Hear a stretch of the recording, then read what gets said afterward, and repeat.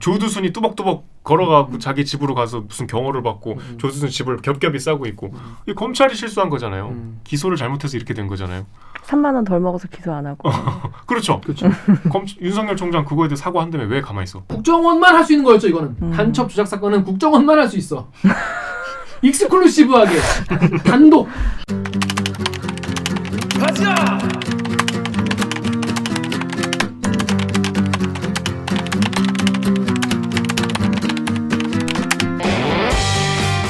듣다 보면 빡이 치고 보다 보면 목이 막히는 페달한 중 본격 고구마 수치 방송.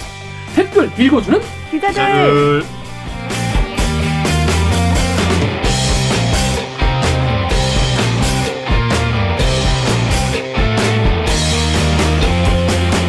에이 이게 말이 됩니까? 저비용 고퀄리티를 추구하는 사내수공업 방송입니다. KBS 기사에 누리꾼 여러분들이 댓글 남겨주신 분노질책 응원 모두 다 받아드리고 있습니다. 4차 언론혁명은 과학입니다. 그것은 사이언스입니다. 반갑습니다. 읽어주는 기자를 진행하는 김기화 기자입니다. 오늘 방송 보시다가 들으시다가 얘네 괜찮다 재밌다 들을만하더라 싶으시면 구독과 좋아요 버튼 한 번만 눌러주시고 이미 구독을 하고 계신 분이면 또 구독 버튼을 누르면 안 되겠죠? 안 되겠죠? 네, 그리고 좋아요 버튼은 언제나 홀수로 누르는 것을 잊지 말아주시길 바라겠습니다. 자 오랜만입니다. 자 우리 오기정 기자부터. 죄송합니다. 네. 네. 오늘도 못 올 뻔했어요. 늦잠 자느라고. 자 오기정 기자 지난주에 못 왔죠? 지난주에 왜 못 왔죠? 아니 지난주에 가족 그 일이 좀 있어가지고. 가족 일이 있어 지난주에 못 왔죠. 네. 근데 가족 오늘... 일은 누구나 있지 않나요? 가족의 일이 없는 아니 사람이 어디 이사를 가는데 좀 봐주러 가야 돼가지고. 네. 이사 날짜를 좀 옮기지 그랬어. 그러게 화요일에 이사. 아니 근데 한 집이 그렇게 이사 날짜로 옮기잖아요. 그러면 우리나라는 연쇄적으로 한 100가구가 계속해서 다 이사 날짜를 조정해야 돼요. 아 그렇구나. 그렇죠. 두 가구만 그럼 되는 거 아닌가요? 집을 안 사본 분이 이런 얘기를 하는 거지. 그러니까. 집 거래를 안 해보는. 아 여기서 가고 여기서 가고 여기서 가고. 그렇지. 네. 나잖아. 이게 뭘 집을 사봐야. 그 집을 사봐야 알 수 있어. 지금 이해했어 이제. 근데 오늘은 왜 지각도 할 뻔했나요? 오늘 제가 아침에 퇴근해가지고 야근하고. 여러분 야근 이제 뭐 많이 보시는 분들은 아실 거예요. 밤샘 근무를 하고 아침 9시에 퇴근하는 걸 우리는 야근이라고 합니다. 네. 근데 낮에 이제 잠을 충분히 못 자가지고 이거 아이템 하느라고 시달려가지고. 벌써 밑밥을 까는데요. 누가 정혜주 작가가 자려고 하는데 문자가 오고 막 이러더라고요. 그래서 빨리 이거 아이템 고민해야지, 뭐 할지 생각해야지 이러면서 잠을 한숨도 못 이루다가 잠을 늦게 잤구나. 네, 못 올 뻔했어요. 7시 35분에 일어났어요. 저녁 7시 35분에 일어났다고? 늦잠을 자서 못 올 뻔했다. 저는 우리 밤에 녹화하는데 8시 녹화인데 늦잠을 자서 못 올 뻔했어. 그렇습니다. 웃기자가 이사 잘했어요. 그래서? 뭐 제가 하는 건 아니니까 뭐 알아서 이제 세입자 들어오려면 그 이사하는 걸 봐줘야 되잖아요. 원래 우리 전셋집 들어갈 때 집주인이 나와요? 당연하지. 그리고 그날 그걸 보잖아. 그거 뭐지? 아니 엄마 아빠랑 보증금 받고 그것도 그러니까 보증금 받고 은행에 갚고 밀린 관리비 받고 이미 다 해놓고 들어가는 거 아니야? 밀린 수도세 다 들어올 때 하지. 들어올 때. 들어올 때 들어올 때 하는 거. 청소하고 평생을 부모 품에. 그래. 무서워. 그런 게 내가 혼자 한다는 생각을 하면 무서워. 내가 혼자 구청을 가야 한다는 거 무서워. 어마어마한 돈을 막 왔다 갔다 하고 막 내가 잘못 보내면 어떻게 김기환한테 보내면 어떻게. 그렇습니다. 그래서 정혁 기자 그쪽 행정 이쪽은 잘 몰라요. 그렇습니다. 그래서 잘 그 정영 선배 나쁜 것만 나가고요. 제 거는 그렇지. 당연하지. 자 그렇습니다. 자 정혁 기자 자기 소개해 주시죠. 네, 무기행 정현욱입니다. 지난주에 소개를 안 해가지고 지난주 우리 꽁다리가 며칠 전에 올라왔잖아요. 저희 어머니가 그걸 보시더니 내 아들이지만 꼰대 같다. 어디서 책 추천을 하고 다니지 마라. 작가님이 알아서 좋은 책 골라 읽으실 텐데 네가 뭔데 추천을 하냐. 네가 뭔데. 어디 가서 내가 아니 좋은 책인데 같이 읽으면 좋지. 하지 마. 어머님이 현명하시네. 그렇구나. 어머님은 젊은 분인데 아드님이 더 나이를 먹은 이런 상황. 미안합니다. 정현 작가 그 책 추천 받았을 때 어땠어요? 까라마조프의 형제들, 아니, 전태일 평전 이런 거 추천 받았어요? 전태일 그때 전태일 평전은 원래 읽어봤을 거 아니에요? 아니요, 안 읽어봤죠. 그래갖고 일단 도서관에는 있는지 확인은 해뒀어요. 아직 빌리지가 뭐야? 일주일 전에 얘기했는데 사지도 않고 빌리지도 않고 도서관에 있나 확인했는데 있어. 당연하지 도서관에 아니 좀 있겠지. 작아요. 도서관이 작아요. 아 작은 도서관. 네, 좀. 작으면 더 빨리 빌릴 수 있잖아요. 그래서 이제 조만간 갈 건데 이제 금요일날 시간이 나서 가볼까 지금 읽고 있는 책은 했는데 뭐예요? 지금 그 조지프 스티글리츠의 아, 불평등에 대가 읽고 불평등에 대하여 대가 대가? 읽기 시작했어요. 속 얘기 좀 무슨 하지 얘기야? 마. 불평등의 최백호. 아 낭만에 대하여 낭만에 불평등에 대하여 준비 내리는 야말로 옛날 식다방에 앉아 도라지 위스키 한잔입니다. 짙은 색소폰 소리를 들어보며 이제와 세상 이 나이에 청춘의 미련이야 있겠냐마는 왠지 한 곳이 비어있는 내 가슴에 다시 못 올 것에 대하여 낭만에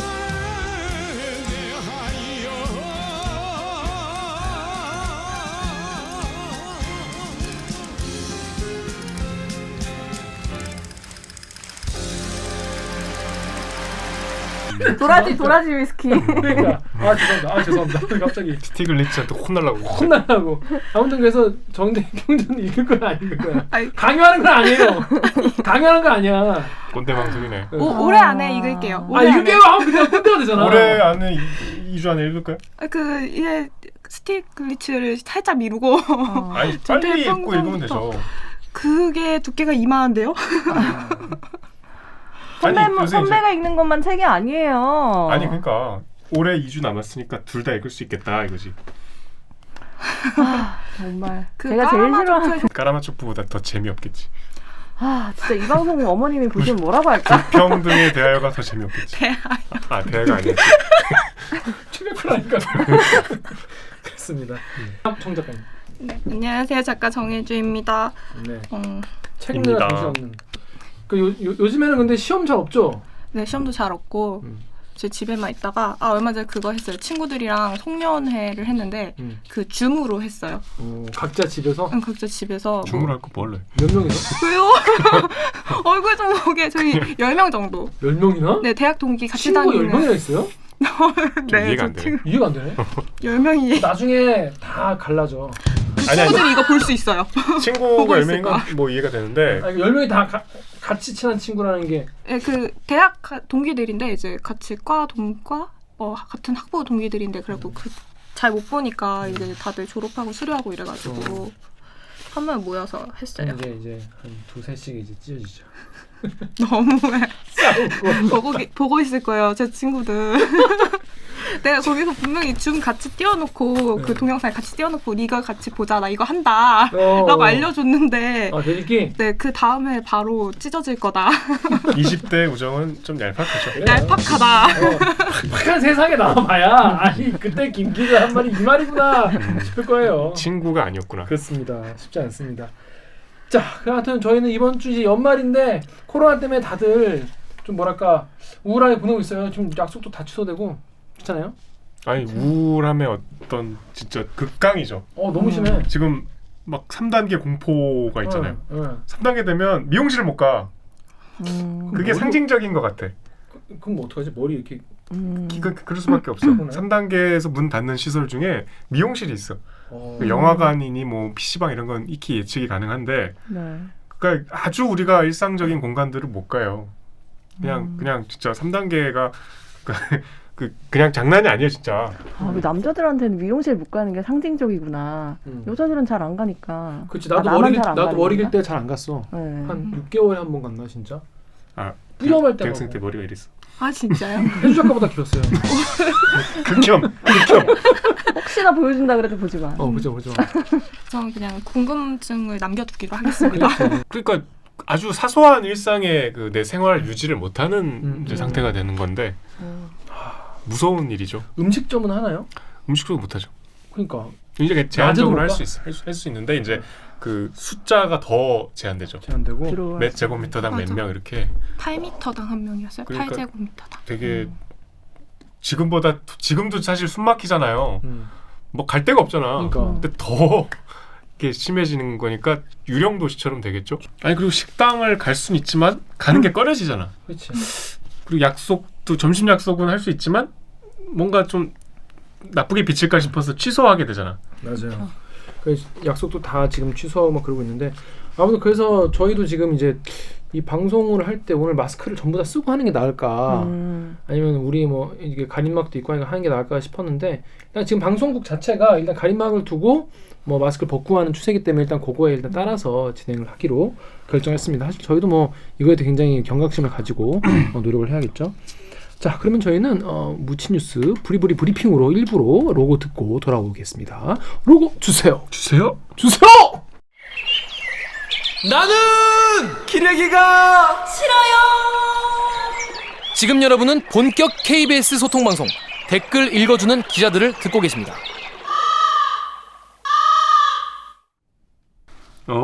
뭐 하는 거? 구독 아직 안 한 거? 안 한 거? 아직도 구독을 안 하셨나요? 오늘도 열심히 할 테니 구독과 좋아요 버튼 꼭 눌러주세요.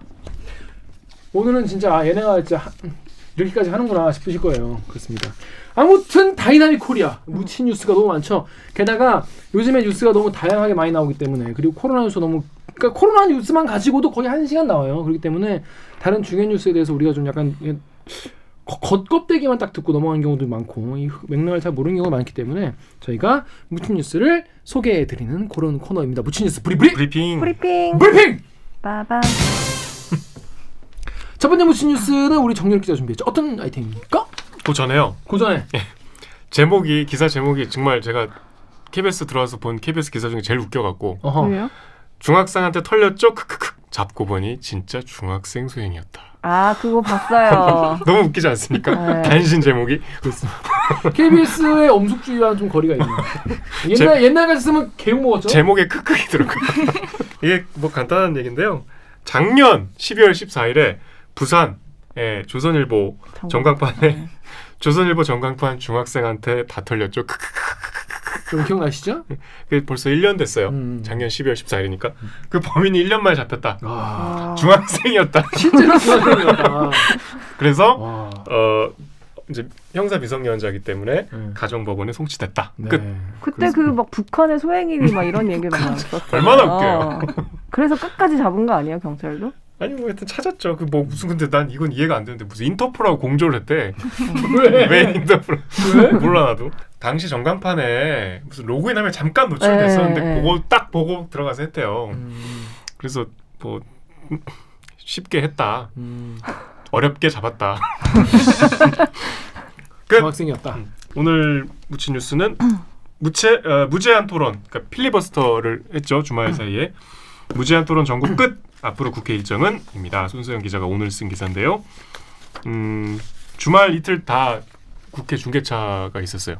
필리버스터를 하고 있었기 때문에 야당이. 그러니까 이제 이번에 무제한 토론이기 때문에 야당만 한 건 아니고요. 중간중간에 여당 의원들도 발언을 했는데 둘 다 표결에 의해서 끝났어요. 지금 180명의 동의가 있으면 필리버스터를 끝낼 수 있거든요. 네. 그래서 민주당 이제 뭐 열린민주당이라든가 정의당과 연대해서 180석을 만들어서 필리버스터를 끝냈습니다. 두 번의 필리버스터가 있었는데 하나는 이제 공수처법에 관한 것이었고 그다음에 국정원법. 둘 다 하여튼 강제 종료됐다. 끝났습니다. 일단 이 야당이 이거에 대해서 필리버스터를 신청한 이유에 대해서 일단 필리버스터를 왜 하는지는 다들 이제 아시지 않을까요? 하지만 짧게 설명해 주시죠. 필리버스터 왜 하는지. 아니 근데 이유가 없어요. 왜냐하면 180석을 여권이 갖고 있기 때문에 그렇죠. 필리버스터는 이 법안을 통과를 못 시키게 내가 이걸 점거하는 거잖아. 그렇죠. 근데 그게 안 돼. 그렇죠. 쪽수가 딸려. 하지만 야당 입장에선 어쨌든 끝까지 이걸 반대한다는 퍼포먼스가 좀 필요했죠. 봅니다. 네. 의지를 이제 보여주는 거죠. 네, 내가 우리까지 하는 데까지 한다. 그리고 필리버스터 생각해보면 얼마나 힘들어. 그러니까 힘들어요. 몇 시간 동안 서 얘기하는 게. 윤희숙 의원은 12시간 넘게 했잖아요. 그 12시간 동안 서 있기도 힘든데 무슨 말을 했든 좀 내용은 뭐 아쉽지만 어쨌든 체력적으로 힘들잖아요. 그렇죠. 그렇게. 아니 그래서 주호영 그 원내대표가 마지막에 뭐 민주당 여러분 이렇게 하라고 180석 국민들이 준 게 아니다 이렇게 얘기했는데 그렇게 하라고 준 게 아닐까 보면은 지지자분들이 왜냐하면 지지자분들이 처음에 이런 거를 이제 원하고 이제 이쪽에 투표를 몰아주신 총선 때 그런 거의 결과라고 이제 보는 것이 사실 상식적이긴 하죠.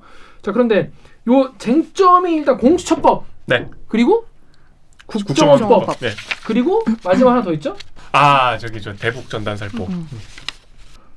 공수처법 관련해서 네이버에 ESPR 땡땡땡님이 고위공직자와 가족, 퇴직자도 대상의 비리 수사. 오히려 이런 거 야당이 요구해야 될 법인데 국회 상임위 거부하고 공수처 위원장 추천 포기 등 방해해서 모두 잃고 국민의 호응도 얻지 못한 오판이었다라고 했습니다.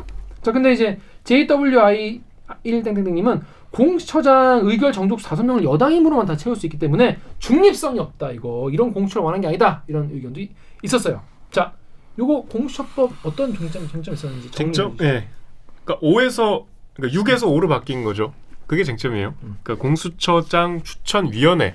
그러니까 많은 분들이 헷갈리시는데 국회에서 그동안 그러니까 공수처법이 있었고 공수처장 추천위원회가 돌아가고 있었는데 그게 공수처장을 뽑는 위원회가 아니고 그렇죠. 공수처장을 이제 추천을 하는 사람들을 뽑는 거죠. 그러니까 두 단계 밑이죠. 네, 그래서 그 추천을 하는 사람들이 모여서 2명을 추천하면은 최종적으로 대통령이 한 사람을 이제 지명을 하게 돼 있죠.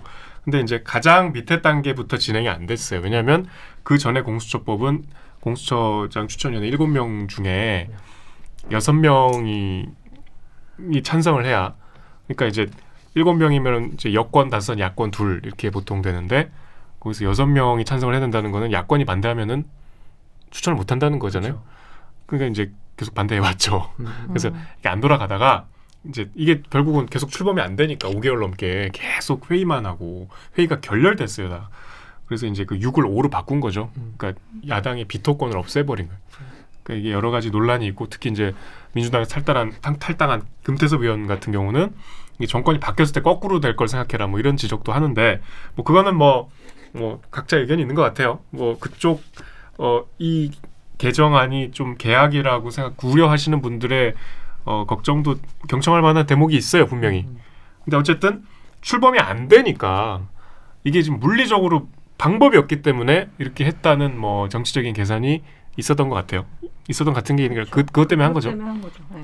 그래서 이제 오늘 공포가 됐고, 네. 그래서 이제 뭐 공모해서. 당장 열 수 있거든요. 네. 그러면 올해 안에 추천을 해서 이제 내년에 임명해서 내년에 공수처가 출범할 수 있게 됐죠. 공수처 야당의 비토권이 없어졌다는 것에 대해서 사실 걱정하는 분들도 많이 있어요. 네. 뭐 천년만년 갈 것 같냐 정권이 뭐 그렇게 얘기하는 분도 계시고 나중에 이게 악용됐을 경우에 어떻게 될 거냐 이렇게 걱정하는 분도 많이 계신데 이건 사실 좀 두고 봐야 될 것 같아요. 좀. 근데 뭐 당장 그거 말고 어떤 그 협의의 영역이 더 이상 안 되는 상황이었던 거 아닌가요? 그렇죠. 그 후보 추천이라는 게 7월 그러니까 15일에 이미 만들어졌는데 처장은 계속 추천자를 못 정하는 상황이었던 거잖아요. 그러니까 아예 그 후보 추천에 대한 비토권을 공수처 자체에 대한 거부로 행사를 해왔던 상황인 거잖아요. 네, 그러니까 당연히 말은 쉽죠. 말은 우리가 여야가 같이 협치해서 합의해서 이 말은 쉽지만 이게 현실적으로 불가능했던 상황인 건 분명한 것 같아요. 그러니까 사실 야당이 뭐 생각이 다를 수 있지만 대놓고 야지를 놓은 거나 마찬가지였던 게 공수처를 반대하는 사람을 자꾸 위원으로 추천하니까 그러니까 이게 그러니까 제가 여당 중진 지도부의 일원이라면 이제 이러면은 협치를 하다 보면은 100% 이게 좌초되잖아요. 타임테이블상 이 법적으로 이게 진행이 안 되잖아요. 더 이상. 네. 그러니까 뭔가 공수처를 출범을 시키고 공수처라는 그 새로운 수사 기관을 현실화시키려면 외통수였어요. 그러니까 욕을 먹더라도 이렇게 하는 수밖에 없었다. 여당 입장에서는 그게 옳다는 게 아니고 그런 상황이었고. 근데 사실 이렇게 되고 나니까 드는 우려 같은 것들이 저도 상당히 많이 느껴지거든요. 그러니까 후보 추천이라는 게 공수처라는 게 정말 살아있는 권력에 대해서 수사를 하게 될 기관인데 그러면 이게 이 여권의 어떤 뜻대로 후보가 추천되고 대통령이 후보를 임명했을 때 생길 수 있는 그 문제들, 우려점 이런 거는 저는 분명히 있다고 그런 생각은 들어요. 그래서 이 그 공수처장이 임명되고 운영되는 동안에 생기는 그런 미비점들을 보완하려는 작업을 계속해야 될 것 같기는 해요. 맞습니다. 네. 일각에서는 그러니까 이제 이거에 반대하는 분들은 공수처가 이제 경찰이나 검찰이 수사 등을 가져가서 이제 수사를 하지 않겠냐, 이제 그런 것도 이제 돼 있으니까 그럼 이제 지금 정부에 불리한 거는 가져가서 뭉개버리고 뭐 이런 용도로 쓰이지 않겠냐는 우려도 많이 하고 계신데, 일단 법이라는 게 처음부터 완벽하게 생기면 제일 좋겠지만 개정안이라는 게 있지 않습니까? 네. 개정안이라는 게 이제 이런 폐해 같은 것들이 실제로 생길 수 있다라고 한다면 국민적인 어떤 여론이 또 생기고 이거에 대해서 국회의원이 또 논의해가지고 개정안을 계속 이제 누더기로 이제 조금씩 기호 붙이면서 만드는 거예요. 원래 법은 그때 그 시절의 상황과 정치적 능력과 이런 거를 다 정권의 성격과 이런 걸 따라서 원래 조금씩 이게 테세우스의 배같이 계속 고쳐 나가는 거니까. 근데 이제 조금 우리가 권력, 그러니까 살아있는 권력이라는 얘기를 하잖아요. 그러니까 우리가 이제 정부에 대해서 저널리즘적인 태도라는 것은 정부에 대한 비판적인 자세를 항상 견지해야 되는 건 뭐 주제의 사실이죠. 누가 그걸 부인하겠어요. 근데 이제 그 교과서죠. 그 권력이 당연히 이제 정부와 청와대 여당도 권력인데 검찰도 권력이잖아요. 그렇죠. 네. 검찰도 살아있는 권력이고 검찰은 계속 살아있죠. 어떻게 보면 살아있는 권력보다 더 살아있는 그렇죠. 권력이죠. 영원히 계속 살아있는. 그러니까 어떤 이걸 우려하는 분들은, 욕하는 분들은 지금 이제 우리 제도가 대통령이 검찰총장도 임명해, 법무장관도 임명해, 이제 공수처장까지 임명하면 독점이래. 모든 사법 이 수사권을 대통령의 입맛대로 남용할 수 있다는 지적들을 하는데, 그게 이제 기계적으로 들으면 맞죠. 다 임명하니까. 그때 검찰이란 조직이 과연 대통령이 공수처총장 임명한다고 해서 문민 통제 아래 있던 수사기관이었나요? 지금 보면 안 그렇죠. 전혀 그렇지 않잖아요. 그건 현실을 정말 그러니까 공수처에 대한 공수처법 개정안에 대한 생각은 충분히 다를 수 있다고 봐요. 저는 금태섭 의원의 지적도 일리가 있는 대목이 있다고 생각해요. 그렇지만 엄존하는 그 검찰의 그 비정상적인 권력, 비대한 권력, 그리고 그 권력이 여러 가지 남긴 우리가 눈으로 보고 있는 폐해. 맞아요. 조두순이 뚜벅뚜벅 걸어가고 자기 집으로 가서 무슨 경호를 받고 조두순 집을 겹겹이 싸고 있고, 이 검찰이 실수한 거잖아요. 기소를 잘못해서 이렇게 된 거잖아요. 3만 원 덜 먹어서 기소 안 하고. 그렇죠. 윤석열 총장 그거에 대해 사과한다며 왜 가만히 있어? 그래서 바보로 하나? 사람들을 까먹은 줄 아나? 그런 어떤 검찰이 너무나 우리가 상식선에서 이해할 수 없는 권력과 또 그 권력을 남용해서 그동안에 온갖 못된 짓들을 해온 그 팩트들을 무시하면 안 되죠. 이 맥락에서. 그러니까 너무 이 공수처 논의에서 검찰을 그냥 하나의 플레이어로 보는 건 좀 부당한 시각인 것 같아요. 오늘 국무회의에서 이게 안건이 아마 통과된 통과됐습니다. 걸로. 네. 그리고 이제 추범을 하게 될 텐데, 요거에 대해서는 우리가 진짜로 뭐랄까 검찰 개혁의 뭐랄까 되게 큰 주축들 아니겠습니까? 사실 조국 전 법무부 장관이 요거를 이제 딱 놓고 나가신 거잖아요.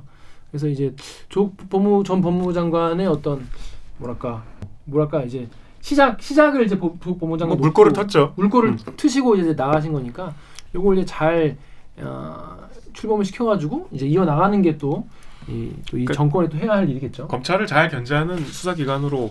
그러니까 우리나라 그동안 검찰을 좋겠네요. 견제할 수 있는 기관이 없었으니까. 네. 언론도 굉장히 그래서 검찰에 되게 많이 끌려다니는 경우도 많이 있었고, 근데 이런 게 공수처가 생기면은 뭐 그런 게 조금씩은 나아지지 않을까. 이런 게 사실은 세상이 우리가 한 번 선거를 해서 5년 지나간다고 세상이 정말 손바닥 뒤집듯 바뀔 수는 없는 거잖아요. 여러분도 사실 뭐 회사 다니시는 분도 계실 거예요. 회사에서 내가 봤을 때 이건 진짜 말이 안 되는 건데 그 주변 사람 다 그렇게 생각하는데 하나 고치기 얼마나 어렵습니까, 진짜.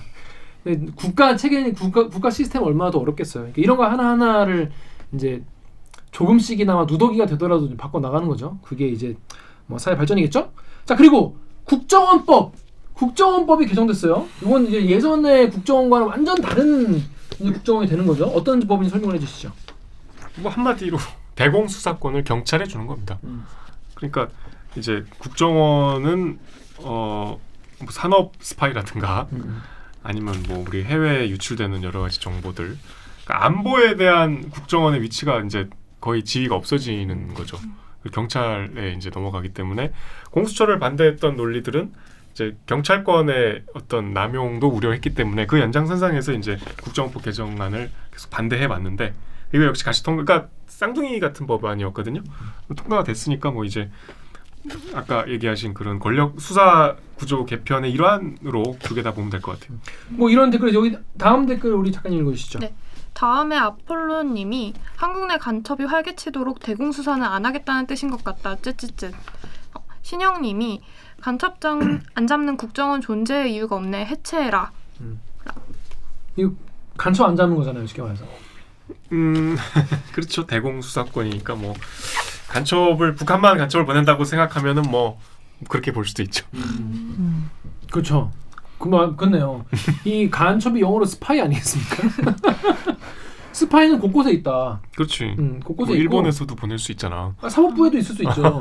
네, 하는 거 보면은 일본의 스파이인 것 같은 이제 판사도 있지 않습니까?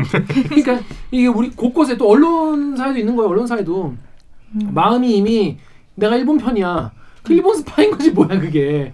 일본에 있는 사람들한테 이거 자기 정보를 이제 주고. 그래서 이제 여기서 말하는 간첩은 그런 거겠죠. 이제 뭐 옛날 진짜 간첩. 이제 남파 넘어오는 남파 간첩. 김신조 같은 사람들. 그치 막 헤엄쳐가지고 오는 간첩이나 아니면 잠수함 타고. 남한에서 이제 자생적으로 자라나는 이제 뭐 주사파 간첩 뭐 그런 간첩들 얘기하는 거겠지만 이게 경찰이 근데 그 업무를 한다는 거잖아요. 그러니까 이거 안 한다는 게 아니라. 그렇죠. 경찰이 더 커요. 그리고 국정보다 훨씬 커요. 조직이. 국정원에 계신 분들은 또 그런 걱정도 하시더라고요. 우리가 간첩 잡는 노하우가 사실 굉장히 고도화되어 있는데 이걸 어떻게 하루아침에 간첩 만드는 노하우 아닌가? 아 그렇죠. 그런 얘기도 있죠. 그 오기룡 기자가 여기 그랬는데 그거죠.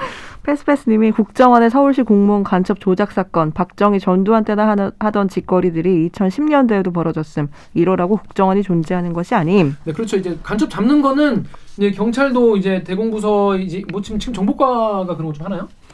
정보과가 이제 앞으로 하겠죠. 네, 앞으로 하겠죠. 이제 그쪽에서 지금까지도 그런 쪽을 하고 있긴 했어요. 근데 국정원만 할 수 있는 거였죠. 이거는 간첩 조작 사건은 국정원만 할 수 있어. 익스클루시브하게 단독. 경찰은 못하죠. 간첩 조작 사건은. 근데 국정원 이런 걸 했었죠. 이 서울시 공무원 이제 간첩 조작 사건 아무 죄 없는 이제 서울시 공무원분을 간첩이라고 해가지고 몰아서 감옥에 넣었던 국정원의 간첩 조작 사건 다 아시죠? 근데 이제 앞으로 그럼 이제 어떻게 되는 겁니까 국정원은? 근데 국정원 할 일 많지 않아요? 뭐 기술 탈취 이런 거 아까 말씀하신 것도 그렇고 해킹, 그렇죠. 뭐 사이버 공격 이런 거 다 국정원에서 관할하잖아요. 대공 수사 업무는 국정원 수사 업무의 아주 일부고. 아무튼 이 국정원의 업무 중에서 이제 대공 업무는 경찰이 한다. 그러니까 대공 업무 없어지는 게 아니에요. 간첩을 안 잡는 게 아닙니다. 간첩 안 잡는 게 아닌데, 근데 뭐 간첩이라는 게 이제 꼭 이제는 북한에서 막 북한이 우리나라 정보를 알겠죠. 그리고 우리도 이제 북한에 당연히 간첩을 보내지 않겠습니까? 그래서 이제 북한 그런 얘기 하지 마요. 북한 얘기도 듣고 이제 북한 뭐 탈북자분들을 통해서도 이제 얘기를 듣곤 하는데 아무튼 뭐 이런 거에 대해서 국정원이 더 이상 이제 관여를 안 하기로 했다. 경찰이 하기로 했다. 뭐 그런 얘기예요. 근데 경찰 권한이 진짜 커지네요. 경찰은 정말 어마어마하시죠. 뭐 이제 또 수사권, 기소권도 일부 가져온다는 거 아니에요? 그러니까 걱정할 만해요 사실. 경찰이 워낙 사실 쪽수가 많으니까. 그리고 우리의 친숙한 우리 검사 볼 일은 없잖아요. 길거리 지나가다가. 그러니까 걱정이죠 그것도 사실. 경찰개혁 법안도 있잖아요. 그렇죠. 뭐 검찰개혁 먼저 하고 중요한 거부터 검찰개혁 먼저 하고 그리고 뭐 언론개혁도 하고 그리고 이제 경찰개혁도 하고 다 개혁하고 가야 되는데 참 그 구성원들의 반발이 계속 있을 거니까 쉬운 길은 아니다.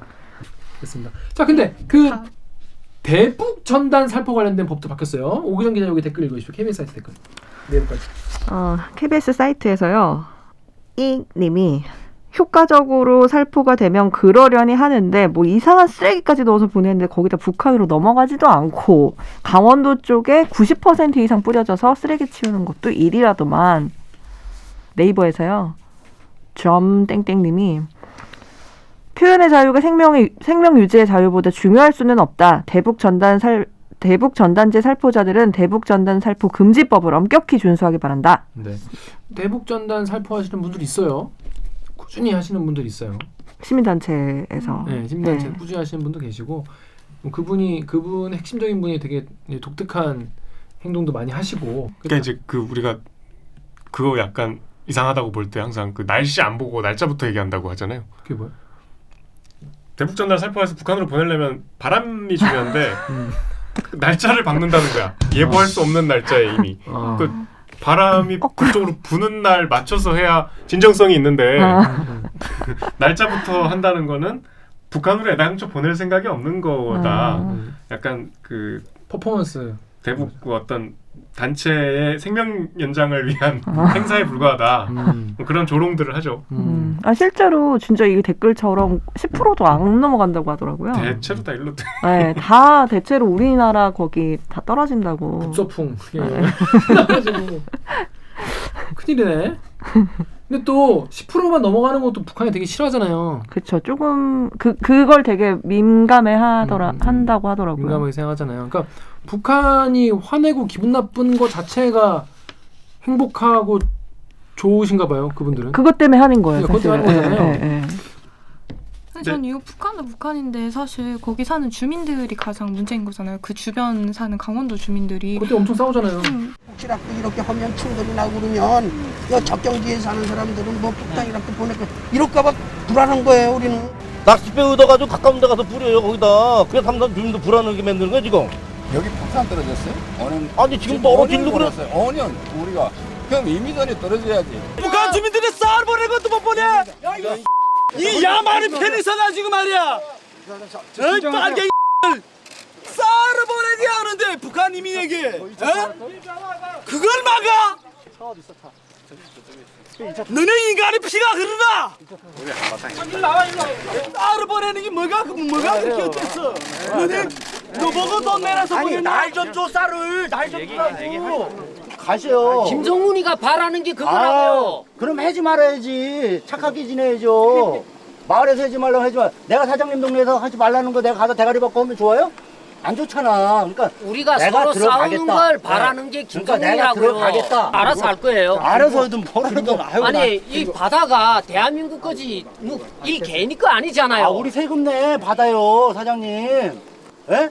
내가 세금 내가 산다고. 진짜 이런 식으로 나올 거예요? 오죽그만 갔어. 피해가 입히니까 그렇잖아. 바다도 피해가 입히고. 그럼 여긴 주권구가 아니잖아요. 군은 뭐라고? 쟤들은 폴 쏘는데 우리는 뭘 하는가? 다 뒤에서 있다가 갑자기 호락도 쏘면 끌어줄 거야. 그럼 우리는 뭘 해요? 뭘 하는가? 이 국군이 나라를 지키는 국군이 뭐래요? 다시는 그런 일이 없도록 뭉개버려야지. 아니 저 산단 사람 죽은다라며? 매일 표현의 자유라고 하는데 왜 본인들의 표현의 자유는 그렇게 지켜져야 하며 그러면서 또 왜 상대방의 뭐 생명에 대한 권리는 왜 그렇게 최소화해서 받아들이는지 늘 좀 의문이었어요. 이걸 볼 때마다. 그렇죠. 우리 이제 자유라는 게 이제 여러분 초등학교 때 배우는 건데 이제 자유는 이제 남의 권리를 참여하지 않는, 그러니까 나의 권리는 다른 사람의 권리를 침해하지 않는 선에서 주장을 해야 되는 건데 이제 그게 아니라 우리 나라의 외교 관계, 특히 남북 관계에 필요 이상의 갈등을 이제 막 야기를 하면서까지 이게 하는 게 되게 뭐 그분들이 하는 게 되게 진정성 있고 되게 막 효과적이다라고 사실 그 실제로 그 북한 주민들에게 얼마나 영향을 주는지 모르겠어요. 왜냐하면 북한 주민들 다 한국 드라마도 보고 이제 다 아시거든요. 근데 이제 좀 거기다가 달러를 넣어서 주잖아요. 그러니까 달러랑 그 우리나라 드라마 담긴 CD랑 이런 거 막 넣어가지고 보내니까 근데 그거를 북한 주민들이 받았을 때 아 이렇게 풍족한 삶이 있는 그 자본주의의 한국으로 가자, 남한으로 가자 이렇게 돼서 넘어오기를 기대하는 거잖아요. 그러니까 거기에 논리책은 그렇죠. 네, 그 그렇다고. DVD 플레이어도 같이 보내줘야지. DVD 플레이어가 없을 텐데 앞으로 DVD 플레이어도 보내주십시오. 플스5도 넣어서 보내주시고. 아니 그래야지 이게 그거 뭐 CD 딸랑 보낸다고 CD 플레이어 없으면 말짱 뭐 꽝인데. 아니 그러니까 그 사람들은 북한 사람들이 보는 한국 드라마가 우리가 날려준 걸로 봤다고 생각하는 거야 그럼? 글쎄요. 근데 이거는 이미 암시장에서 이미 거래가 뭐 수십 년 전부터 뭐 되고 있는 걸로 알려졌는데. 에휴. 아무튼 근데 하여튼 그게 불법입니다. 이 불법. 자 댓글. 그게 이제 저기 삐라 뿌리고 뭐 확성기 하고 이러면 3년 이하의 징역, 3천만 원 이하 벌금. 그러니까 그건 이제 잡혀가요. 못하게 하는 거죠. 근데 거기에 이제 재밌는 거는 그 필리버스터 할 때 태영호 의원이 그래 태영호 뭐라 했어요? 한번 김여정 하명법이라고 김여정이 이거 시킨 거라고. 진짜 엄청 진지하게 얘기해서 깜짝 놀랐어요. 너무 웃겨갖고. 네. 이게 왜냐하면 그때 일요일에 이게 뉴스 중에 이제 표결을 하기 때문에 중계차 내용이 어떻게 바뀔지 모르니까 노트북을 계속 보고 있었는데 정치부에서 필리버스터한 내용들을 올리잖아. 너무 웃긴 거. 근데 그분은 진짜 진지하게 철석같이 이게 김여정 하명이라고 믿고 얘기하는 것처럼 하던데. 않다고 믿어요 전. 댓글에 또 믿으시는 분들이 엄청 많던데. 실제로 지시가 있었다. 김여정의 이제 밑으로 들어가는 거냐, 뭐 김정은의 밑으로 들어가려고 그러는 거냐, 뭐 걔네가 뭐 오더를 내렸냐, 뭐 이런 얘기들을 하시더라고요. 그러니까 되게 국제 관계를 되게 쉽게 친구 관계 같이 이렇게 생각하는. 너 쟤랑 친하지. 너 제안시켜서 한 거지. 너 제가 나보고 나랑 놀지 말라 했지. 뻔해 임마. 그러니까 딱 보여. 말이 안 되죠. 국회의원이 그러고 있으니 좀 비극이죠. 그렇죠. 국회의원이죠. 자 그렇습니다. 아무튼 그래서 이 대북전단 살포 이거 금지법이 통과가 됐고 이제는 이제 하시면 안 돼요. 이게 남북 관계에 전혀 도움이 안 되고 방해 말고는 아무것도 안 됩니다. 방해 말고 무슨 좋은 일이 있었습니까? 그거 날려가지고. 남북 관계 방해까지 하려면 열심히 하셔야 되고 그런 정도의 존재감은 별로 없어 보이고 이게 이제 아까 정 작가 얘기한 그 주민들을 제일 괴롭히는 거예요. 맞아요. 진짜 우리 그때 뉴스 나왔잖아. 막 주민들이 하지 말라는데 싸우잖아. 싸우고 막. 네, 맞아. 근데 나는 진짜 궁금한 게 저 군대 갔다 온 남자들한테 얘기 들어보면 우리만 대북 확성기를 하는 게 아니라 그쪽에서도 대남 방송을 하잖아요. 근데 정말 힘들고 막 이러면 한 번씩 들으면 너무 가고 싶은 생각이 들 수도 있겠다. 북한에? 에이, 근데 아닌가? 그냥 그만큼 군생활이 족같다는 얘기예요. 딴 게 아니라 그 정도로 군생활이 족같더라. 또 속아 넘어갔네. 네, 그냥 그겁니다. 군대 MSG에 또 속았네. 북한에 넘어가고 싶을 정도로? 그 정도로 군생활이 대같더라. 그거예요. 뭐 직장 때려치고 싶다 이런 얘기지 뭐. 그렇지. 나 그냥 유튜버나 하는데 김기아가 맨날 KBS 때려치고 유튜버나 하고 싶다 이런 거랑 똑같은 거야. KBS 나가서 싼 게 아니라 그만큼 KBS가 개같다 그런 거죠. 무슨 여러분 이 주변에 그런 얘기 믿으면 있고 안 돼요. 알겠습니다. 안 가봤습니까 뭐. 그냥 북한을 뭐하러 가겠습니까? 그런 지금 아무도 안 갔잖아요. 그렇죠. 그래요 안 가요. 한국 코로나 이거 있어도 한국에서 하는 게 낫지. 군생활을 해도 한국에서 하는 게 낫죠. 근데 또 생각해보면 그렇게 해서 뭐 몇 명 넘어온다고 무슨 소용인가 싶기도 하네요. 그렇죠. 몇 명 넘어오시면 또 잘해드리면 잘 되죠. 살면 되지 뭐. 그분 또 탈북자분들 오셨냐고 네. 정착금 드리고 잘 또 하셔가지고 정착하세요. 잘 정착하시고 이렇게 뭐 교류를 하죠. 이렇게 올라오고 싶으시면 올라가시고 올라가실 분 가시고 북한이 더 좋다 가시면 됩니다. 내려오시면 그렇게 남북한 교류를 이렇게 해가지고 자 그래서 결국 이 법들이 3개가 다 통과가 됐습니다. 자 근데 필리버스터는 보통 이제 계속 지연시키는 건데 이번에는 그냥 종결이 돼버렸죠. 어떻게 종결이 됐나요? 아까 말씀드렸듯이 이 183분의 2가 찬성을 하면 종결할 수 있어. 그래서 잠깐 멈추고 표결을 해서 이제 180 다 표가 나왔죠. 뭐 저 사표 없이. 그래서 바로 종결이 됐습니다. 국회 지금 구성 자체가 지금 이런 법들을 야당이 막을 수 없는 구조예요. 법안에 있어서는 뭐 사실 법안이 숫자 싸움이기 때문에 방법이 없죠. 그렇죠. 그래서 뭐 열린민주당이나 정의당까지 다 하니까 이거에 대해서는 야당이 별 할 수 있는 게 없었다. 아니 그러니까 하려면 우리 작년에 필리버스터 때처럼 그렇죠. 6탄전을 벌여야 되는데 동물국회. 이제 그러면 이제 지금 결과가 나왔잖아요. 그렇죠. 좀 진행이 되고 있잖아요. 그런 꼴이 날 수 있기 때문에 그것도 못하죠. 상당히 젠틀하게 진행이 되고 있다. 그렇습니다. 자 마지막으로 이제 앞으로 국회 일정 중에서 중요한 법이 또 하나가 있죠. 이거 중대재해법. 이거 어떻게 진행되고 있는지 좀 알려주시죠. 중대재해처벌법인데 내용은 저번에 우리 얘기했었죠 한번. 그래서 뭐 중대재해가 일어난 사업장의 책임을 묻는 지금보다 더 무거운 책임을 묻는 법안인데 그게 이제 국회 청원 10만 명을 넘어서 상임위는 올라갔는데 상임위에서 처리가 안 되고 있어요. 그래서 지금 국회 본청 앞에서 단식 농성 중이에요. 김용균 씨 어머님과 그다음에 이제 정의당 원내대표 강은미 원내대표인가요? 그분들이 또 고 이한빛 어머님도 계시고. 이걸 여론이 다 만들어져 있는데 왜 이렇게 눈치 보는지 잘 모르겠어요. 그게 이제 오늘 조선일보에도 나왔지만 재계에서는 필사적으로 막으려고 그래요. 그 대단히 하여튼 사력을 다해서 막으려고 그래서 지금 민주당도 어쨌든 오늘 뭐 국회의장도 그랬고 연내 처리를 해달라는 게 이 단식 농성의 그 요구 사항이거든요. 그 지금 5일째예요. 오늘 방송하는 날 단식하신 지가 상당히 오래됐죠. 네. 그래서 연말에는 집에 갈 수 있게 해달라 이거니까 일단 빨리 처리를 해달라는 거고. 그러니까 원래는 해를 넘겨서 다음 정기국회 때 뭐 한다 뭐 그랬었는데 네. 근데 민주당 안이 좀 논란이 있어요. 지금 민주당에서 하겠다는 게 이게 유예를 또 우리가 그 근로기준법도 유예가 항상 문제였잖아요. 네.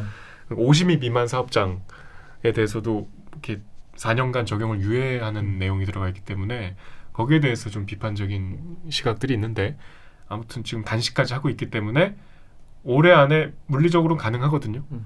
본회의를 임시국회 열어갖고 원포인트로 해서 네. 우리 그런 거 많이 하잖아요. 네. 아직 처리 못하고 한꺼번에 샥. 이건 야당도 같이 협조하겠다고 했으니까 이것도. 근데 야당이 낸 법은 좀 법안 또 내용이 다른데 네. 이건 협조하지 않을까. 이건 협조해야죠. 이거는 정말 지금 몇 명이 죽었습니까 진짜? 저는 개인적으로 솔직히 국회에서 이거 제일 먼저 처리했어야 되는 법안이라고 생각을 해요. 물론 뭐 권력기관 개혁 이런 것도 가장 되게 중요하지만 어찌됐든 사람 목숨이 달린 일이잖아요. 그리고 이게 솔직히 몇 년째 나온 얘기인데 그러니까. 이게 왜 이렇게 항상 뒤로 밀리는지 좀 이해가 안 가요. 근데 뭐 이낙연 대표도 이제 오늘 딱 농성장 찾아가서 빨리 하겠다고 했기 때문에 민주당이 속도를 내겠다 그러면 국회가 따라갈 수밖에 없는 지금 구조거든요. 그렇죠. 자, 그렇습니다. 여기 다음에 내일 맑은님 댓글 우리 작가님 좀 읽으시죠. 네. 내일은 맑은님이 진심으로 찬성한다. 산업재해는 결국 사주나 경영 책임자가 나서지 않으면 해결이 안 된다. 우리나라는 기업들 해외 나가면 자신들 이미지나 그쪽 법 때문에 산재 관리 철저히 한다. 왜 기업 부담만 고려하는가? 목숨을 잃은 사람들은 생각 안 하나? 라고 하셨습니다. 맞습니다. 우리가 사실 많은 사람들의 이야기, 그러니까 우리 서민들의 이야기, 서민들의 사정을 이제 받아 안는 게 국회고 그러라고 이제 투표를 한 거 아니겠습니까? 그걸 반영한 게, 그러니까 간접민주주의가 그거잖아요. 많은 사람들의 의견이 한 표 한 표 모여가지고 그게 이제 우리나라 어떤 지형이라고 보고 그 대표자들이 나와가지고 한 300명 정도가 모여가지고 표결을 해가지고 모두가 매번 표결할 수 없으니까 이런 법을 통과시키는 거잖아요. 그런데 그 국회의원들이나 그런 사람들이 실제로 자기들이 만나는 그런 사람이나 그 사람들에게 국회의원에 뭐 영향을 끼치는 사람들은 사실은 재벌이나 언론이나 검찰이나 뭐 이런 파워 그러니까 슈퍼 엘리트 계층인 거죠. 그 슈퍼 엘리트 계층의 영향을 받기 때문에 실제 서민들의 삶과는 동떨어진 결론의 그런 주장을 하는 경우가 많이 있는 거죠. 그래서 그런 것들의 일환이 아닐까 저는 그런 생각이 들어요. 주변에 다 김용균 씨 같은 그런 사람이 정말 주변에 정말 많은 사람들이 국회의원이 일하면 실제로 늘 그런 얘기를 듣는다면 당연히 이런 법도 처리를 하겠죠. 아니 자꾸 근데 경제단체에서 하는 말들이 경제활동이 위축된다는 말 자꾸 해요. 너무 비인간적이지 않아요? 또 비인간적이죠. 이미 산안법이 있는데 왜 이걸 또 개정을 하냐는 얘기하는데 이게 안 되고 있는 게 눈에 좀 보이잖아요. 김용균 씨가 그렇게 끔찍하게 돌아가신 게 벌써 지금 2년 이제 다 됐는데 그 뭐 태안 화력 발전 그 뭐 또 사고 났잖아. 그게 안 되고 있는 거를 반복되는 거죠. 모두가 알고 있는데 무슨 경제 활동 위축된다는 말 어떻게 해요? 그러니까, 반대를 하더라도 좀 정교하게 해야지. 맞아요. 그러니까 이제 경제 활동 위축을 이루 들으면 굉장히 게으르는 거죠.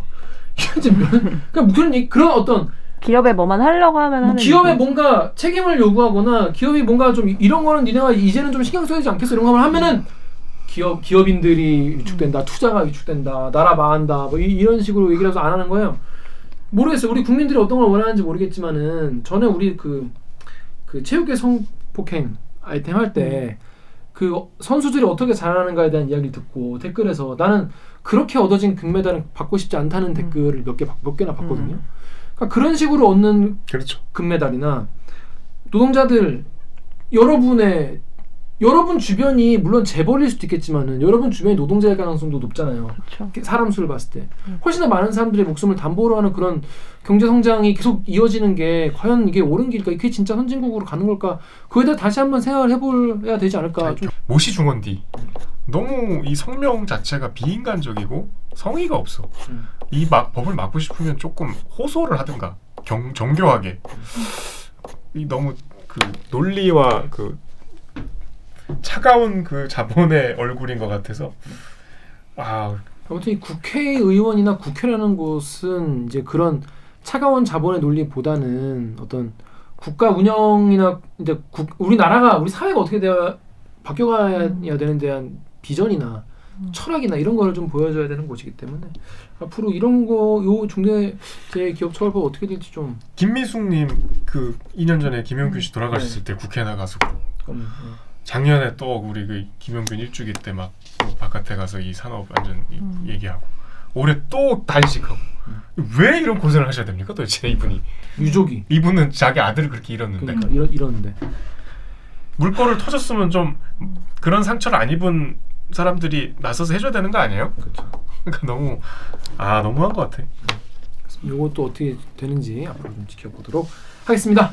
자, 이번에 필리버스터 한다고 하는 사실 그렇게 크게 이슈가 되지 않았어요. 그렇죠. 그리고 한 번에 여러 가지 법이 있었기 때문에 뭐 때문에 저러는지 뭐 원래 하니까 뭐 그냥 하겠거니 하는 분도 많이 계셨을 거예요. 그래서 이런 법 때문에 했고 다음에 이런 기사가 있다 이런 걸 짚어봤습니다. 자, 다음 아이템 넘어갈게요. 다음 아이템 우리 오정 기자 준비했죠? 어떤 아이템입니까? 네, 구글 유튜브 또 접속 오류, 과기부 조치 검토라는 기사입니다. 깜짝 놀랐어요.